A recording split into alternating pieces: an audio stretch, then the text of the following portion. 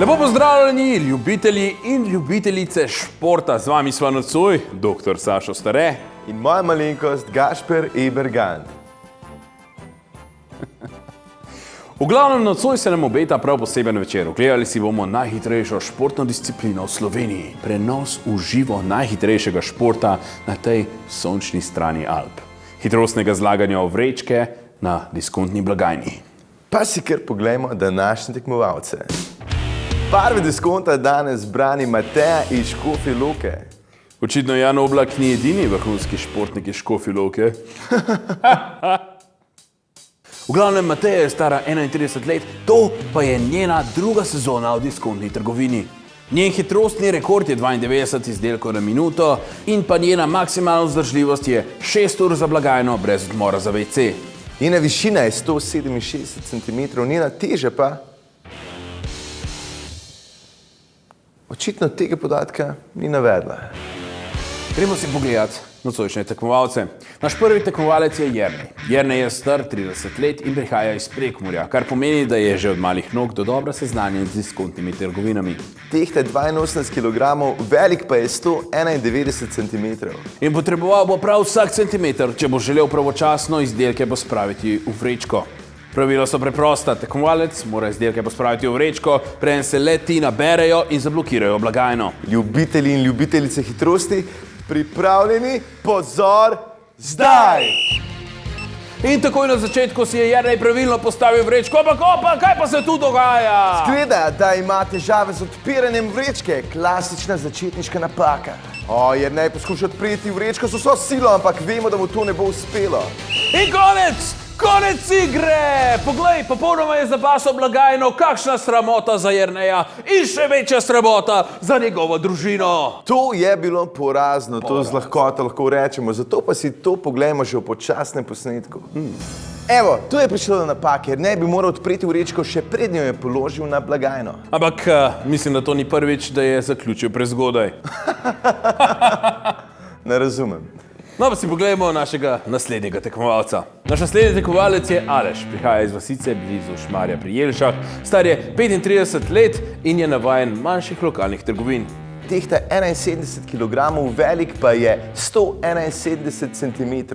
Ker pa mu manjka v centimetrih, bo danes nadoknadil s tehniko. To mu pravi tudi njegova punca. Ponovno ne razumem. No, pa si pogledamo, kako se bo odrezal naš naslednji tekmovalec. Pripravljeni?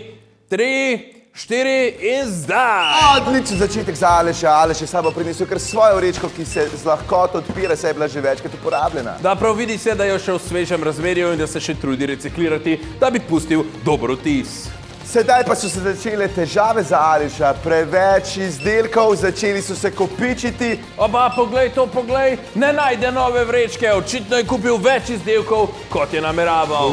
In konec je sanj še za tega tekmovalca. Predolgo samsko življenje je pokopalo vse upe na zmago. Gašper, ti si analitik. Tako je. Povej nam, kaj točno je šlo narobe. Začetek je bil odličen, potek vrečke iz žepa in potem nalaganje blaga v njo.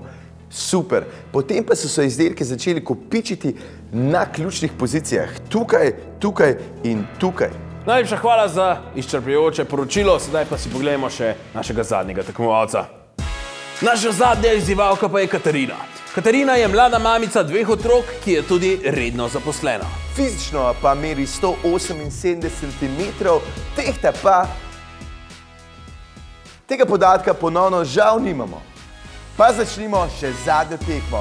Pozor na štartno mesto, gremo!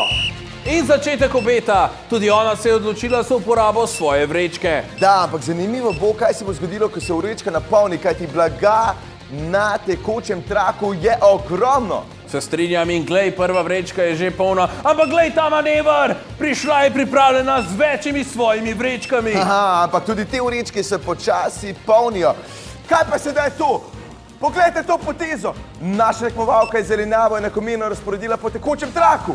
Neverjetno, kakšen manever to pomeni, da je dobesedno prisilila blagajničarko, da si vsakih nekaj izdelkov vzame odmor za tehtanje zelenjave in s tem pridobi nekaj dragocenih sekund. In to je zmaga!